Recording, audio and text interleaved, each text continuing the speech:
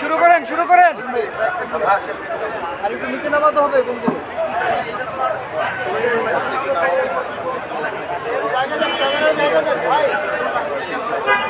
সবার যদি বুমগুলো দেন তাহলে কথা বলা শুরু করেন।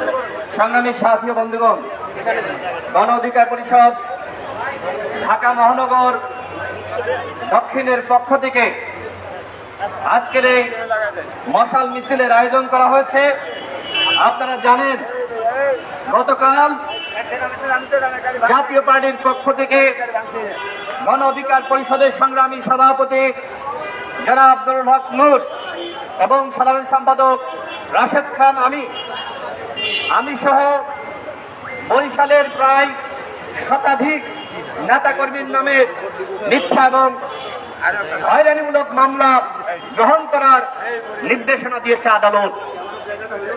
কোন বিচারক এই ধরনের নির্দেশনা দিল? যে বিচারক এই ধরনের নির্দেশনা দিয়েছে সে প্রকৃতপক্ষে ফ্যাসিবাদের পক্ষে অবস্থান নিয়েছে। ইতিমধ্যে আইন উপদেষ্টাকে আমি বিষয়টি অবহিত করেছে। আমরা সরকারের কাছে স্পষ্টভাবে বলতে চাই, এখনো পর্যন্ত কেন এই ফ্যাসিবাদের দোসর জাতীয় পার্টির বাংলার মাটিতে রাজনীতি করার দুঃসাহস দেখাচ্ছে? আপনারা যদি সহানুভূতি না দেখাতেন তাহলে জাতীয় পার্টির মামলা করা দূরে থাক, তারা রাজপথে নামার সাহস দেখাতে পারত না। এই যে পাশেই জাতীয় পার্টির কেন্দ্রীয় কার্যালয়, বিভিন্ন সময় ছাত্র জনতা সেখানে প্রতিবাদ মিছিল নিয়ে গিয়েছে, কিন্তু তারা কেউ জাতীয় পার্টির কার্যালয়ে হামলা চালায় নাই। এই যে গুলিস্তানে আওয়ামী লীগের কার্যালয়, সেখানে ছাত্র জনতা মিছিল নিয়ে গিয়েছে, প্রতিবাদ করেছে, কিন্তু এখনো পর্যন্ত আওয়ামী লীগ বলেন আর জাতীয় পার্টি বলেন আওয়ামী লীগের দোসর এবং আওয়ামী লীগের কোন কার্যালয় এদেশের জনতা সেখানে হামলা চালায় নাই।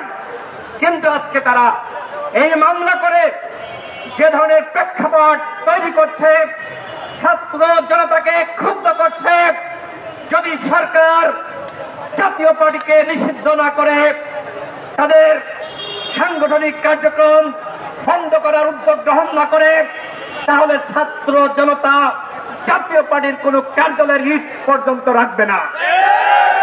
আমাদের স্পষ্ট কথা, সরকারকে বলবো, যদি জনতাকে এই ধরনের মবের দিকে আপনারা অগ্রসর না করতে চান, তাহলে বরিশালে আমাদের নামে যে মামলা করা হয়েছে, এই মামলা আগামী 24 ঘন্টার মধ্যে প্রত্যাহার করতে হবে।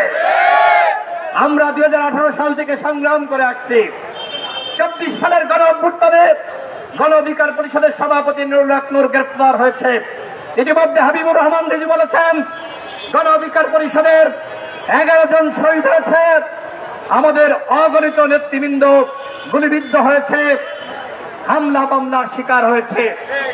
18 সালের কোন সংস্কার আন্দোলন না হলে এই বাংলাদেশে কোন গণ অভ্যুত্থান হতো না। এই 24 সালে এবং তার আগে যদি আমরা ধারাবাহিকভাবে আন্দোলন সংগ্রাম না চালাতাম, এই বাংলাদেশে গণ অভ্যুত্থান হতো না।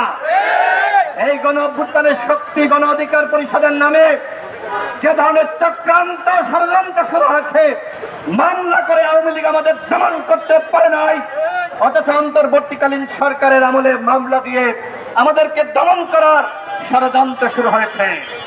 আমাদের স্পষ্ট কথা, এই সকল মামলা হামলা গণ অধিকার পরিষদ ভয় করে না।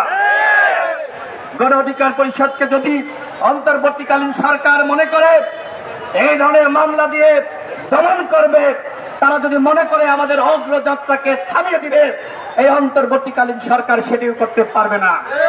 কেন আমি সরকারের কথা বলছি? কারণ এই মুহূর্তে অন্তর্বর্তীকালীন সরকার ক্ষমতায় রয়েছে। এই যে স্বরাষ্ট্র উপদেষ্টা, তিনি কি করছেন? আমাদের নামে থানায় মামলা করতে যাচ্ছে, আর জাতীয় পার্টির নামে মামলা রয়েছে, ওদেরকে অ্যারেস্ট না করে পাল্টা আমাদের নামে মামলা নিচ্ছে। এটি অত্যন্ত ন্যাক্কারজনক। আমরা আজকে এরই প্রতিবাদে আমরা এই মশাল মিছিল নিয়ে আমরা এই পল্টনে আমরা মশাল মিছিল, বিক্ষোভ মিছিল করব। আমাদের নেতাকর্মীদের প্রতি আমাদের নির্দেশনা, আমরা কেউ জাতীয় পার্টির কার্যালয়ে হামলা করে আইন হাতে তুলে নিব না। আমরা এই ধরনের বাংলাদেশে মব ভায়োলেন্স হোক, আমরা সেটি চাই না। আমরা সরকারকে সহযোগিতা করতে চাই। সরকারকে বলবো, আপনারা এই জাতীয় পার্টির বিরুদ্ধে ব্যবস্থা গ্রহণ করুন। আমরা চাই এই বাংলার মাটিতে আওয়ামী লীগ, জাতীয় পার্টি সহ তার দোসররা আর কোন রাজনীতি করতে পারবে না। এর আগে দেখেছিলাম সরকার জাতীয় সংলাপে জাতীয় পার্টিকে একবার ডেকেছিল, আমরা তখন প্রতিবাদ জানিয়েছি। এরপর থেকে তাদেরকে ডাকে নাই, কিন্তু তাদের সাংগঠনিক কার্যক্রম সরকার নিষিদ্ধ করে নাই। তার মানে জাতীয় পার্টির কোন কোন দোসর এই সরকারে রয়েছে, যারা এই জাতীয় পার্টিকে প্রোটেকশন দিচ্ছে। ইতিমধ্যে জিএম কাদেরের নামে, চুন্নুর নামে, জাতীয় পার্টির শীর্ষ নেতৃত্বের নামে হত্যা মামলা পর্যন্ত হয়েছে। দুদক তাদের ব্যাংক অ্যাকাউন্ট তলব করার নির্দেশনা দিয়েছে, তারপরেও সরকারের পক্ষ থেকে কোনো ব্যবস্থা নেওয়া হচ্ছে না। স্বরাষ্ট্র উপদেষ্টা আপনি কি করেন? ঘাস কাটেন? ওই জিএম কাদেরকে আপনি দেখেন না? ওই জিএম কাদের উত্তরায় থাকে। যদি জিএম কাদেরকে আপনারা গ্রেপ্তার না করেন, ছাত্র জনতা জিএম কাদেরের বাড়ি এবং জিএম কাদেরের যে সকল দোসর রয়েছে ওই চন্দ্র বাসভবন ঘেরাও করবে। এর আগে আমরা দেখেছি, এর আগে আমরা দেখেছি 14 সালের, 18 সালের এবং 24 সালের নির্বাচনের সাথে যে সকল কুশীলভ জড়িত ছিল, ওই নুরুলতা তাকে জনগণ ধরে এনে জুতা পেটা করেছে। কেন এই ঘটনা ঘটলো? এই ঘটনা ঘটার পিছনের কাহিনী আপনাকে বুঝতে হবে। সরকারের 10 মাস অতিবাহিত হলেও সরকার গণতন্ত্র হত্যাকারী এই সকল জারজদেরকে গ্রেপ্তার করে নাই। সরকার যদি এদেরকে গ্রেপ্তার করত, তাহলে এই ধরনের জুতা পেটার ঘটনা ঘটত না। সুতরাং বাংলাদেশে যে ধরনের মব ভায়োলেন্স চলছে, এর দায়ী সরকারকে নিতে হবে। আমি প্রশ্ন রাখছি, এখনো পর্যন্ত কেন শিখ পরিবারের কাউকে গ্রেপ্তার করা হলো না? কিভাবে ওবায়দুল কাদের পালিয়ে গেল? কিভাবে আওয়ামী লীগের সমস্ত মন্ত্রী এমপিরা পালিয়ে গেল হাতে গোনা কয়েকজন ছাড়া? কিভাবে সরকারের সহযোগিতা ছাড়া এইগুলো ঘটনায় আপনারা বলছেন গণ হত্যার বিচার করবেন, আপনারা বলছেন রাষ্ট্র সংস্কার করবেন। গণহত্যার বিচারের আগে আপনারা এই জাতীয় পার্টিকে নিষিদ্ধ করে আপনাদের ক্ষমতা দেখান, আমরা দেখতে চাই। গণহত্যার বিচারের আগে শেখ পরিবারের অপরাধীদেরকে গ্রেপ্তার করুন। যদি আপনারা আওয়ামী লীগকে গ্রেপ্তার না করেন, তাহলে এদেশের জনগণ বিশ্বাস করবে না যে আপনারা আসলে গণহত্যার বিচার করতে সক্ষম হবেন। আমি সর্বশেষ বলবো, বাংলাদেশে গণ অধিকার পরিষদ একটি উদীয়মান শক্তি। গণ অধিকার পরিষদের যে রাজনীতি, এই রাজনীতি হল গণতন্ত্র, ন্যায় বিচার, অধিকার এবং জাতীয় স্বার্থ প্রতিষ্ঠা করা। গণ অধিকার পরিষদের রাজনীতি হল বাংলাদেশের জনগণের জন্য একটি নিরাপদ রাষ্ট্র ব্যবস্থা গঠন করা। গণ অধিকার পরিষদের রাজনীতি হল এই ধরনের প্রতিহিংসা রাজনীতি থেকে নিজেদেরকে দূরে রাখা। আমি গণ অধিকার পরিষদের নেতৃবৃন্দকে বলবো, কোনোভাবেই আইন হাতে তুলে নেওয়া যাবে না। অনেকে উস্কানি দেবে যে চলো জাতীয় পার্টির কার্যালয়ে গিয়ে ভাঙচুর করে আসি।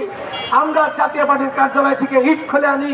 আমরা সেই উস্কানির ফাঁদে পা দিতে চাই না।